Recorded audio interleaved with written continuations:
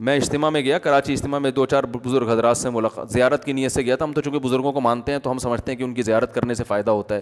بہت سے لوگ بزرگ لیس ہو گئے ہیں، ٹھیک ہے نا، وہ کہتے ہیں سارے بزرگوں میں کیڑے نکال کے انہوں نے کوئی بزرگ بولو نا چھوڑا ہی نہیں. وہ بزرگ ایسے، اس نے یہ کہا، اس نے یہ لکھا، اس نے یہ لکھا، اس نے یہ کیا، تو بزرگی مارکیٹ سے ان کی کیا ہو گئے ہیں، شارٹ ہو گئے ہیں. صحبت اٹھائی. تو مجھے اگر کہیں موقع ملے کسی بزرگ کی زیارت کا، میں کوئی بہت نیک آدمی نہیں ہوں، نہ کوئی بہت بڑا فنٹر ہوں، نہ میں دعویٰ کرتا ہوں میں بہت بزرگوں کی عقیدت ہے، ٹوٹے پھوٹے جو بھی اللہ کبھی توفیق دے دے تو میں کوشش کرتا ہوں کہ زیارت بولو نا کر لی جائے، کہ شاید قیامت کے دن کام آ جائے. تھوڑی بہت کوشش کر لیتا ہوں کہ شاید تھوڑی سی اس عقیدت کو اللہ تعالیٰ قیامت کے دن بڑا بنا دے.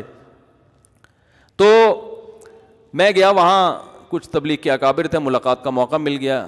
وہاں ہم جب بیٹھے نا کھانا کھانے کے لیے، میں اخلاص بتا رہا ہوں کہ حضرت مولانا الیاس رحمۃ اللہ علیہ کا جو سینے کا درد تھا نا، وہ کیسے منتقل ہوا ہے. حالانکہ نہ کوئی اسباب تھے، نہ کوئی وسائل تھے، بل لوگوں کے جا کے منتیں کرتے تھے، کچھ وقت لگاؤ، اپنی جان، اپنا مال، اپنا وقت خرچ کرو. اس کی برکتیں دیکھیں، کیسے ارب پتی کروڑ پتی لوگ جماعت میں نکلے، سارے کام آٹومیٹک ہو رہے ہیں.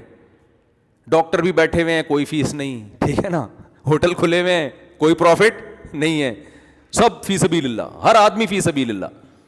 تو میں جب وہاں گیا تو ایک وہاں کوئی پرانے تھے، انہوں نے مجھے کھانا دیگ پہ بیٹھے ہوئے تھے، وہ دیگیں کھلا رہے تھے نا، ہم بھی گنے بن کے بیٹھ گئے وہاں پہ، ہمیں بھی خیر کھلایا انہوں نے.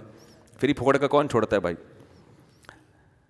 تو میں نے کہا یار یہ دیگ پہ کون بیٹھا ہوا ہے؟ تو انہوں نے بتایا یہ کتنی فیکٹریوں کے مالک ہیں، یہ کتنے کروڑ پتی آدمی ہیں، اور دیکھو کیسے اپنے آپ کو کیا کر دیا. مجھے تو کوئی دیگ پہ بٹھایا، میں تو کم از کم نہیں بیٹھوں گا، میں کھا لوں گا. یہ دیگ پہ مجھے کوئی تصویر کھینچ کے ڈال دے گا، مفتی صاحب کا بزنس ہے، کس کا، دیگوں کا. عجیب سا لگ رہا ہوتا ہے نا آدمی.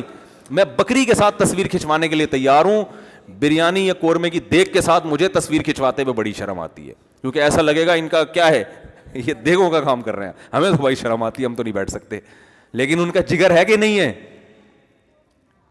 دیکھو ایک کوئی دیگ کو کسی کا بزنس ہے وہ تو بیٹھ جائے گا نا، لیکن اگر کسی کا بزنس بہت اونچے لیول کا ہو، اس کو دیگ پہ بیٹھتے ہوئے شرم آئے گی. وہ تو کہے گا میں دیگ کا آرڈر تو کر دوں گا، لیکن میں دیگوں میں کھانا بانٹوں گا نہیں، اتنی نہیں ہو رہی. ہاں بس آرڈر، جیسے ہم بھی کبھی کبھار کسی کو کھلانا ہوتا ہے، دیگ کا آرڈر کر دیا، بھائی ادھر ہی بانٹ بوٹ کے آ جاؤ. دیگ پہ بیٹھتے ہوئے انسان کو شرم آتی ہے. میں نے دیکھا یار دیگ پہ بیٹھ کے کیا کر رہے ہیں، اور ایک نہیں ہے، لاکھ ہزاروں لوگ تبلیغ میں جڑے ہوئے ہیں، ان کی کروڑوں روپے کی آمدن ہے، درجنوں فیکٹریاں، ایسا اپنے آپ کو مٹی میں ملایا ہوا ہے، خاک میں ملایا ہوا ہے. غریب سے غریب آدمی کے پاؤں پکڑ پکڑ کے اس کو اللہ کی راہ میں نکال رہے ہیں، جس سے کوئی لینا دینا نہیں ہے.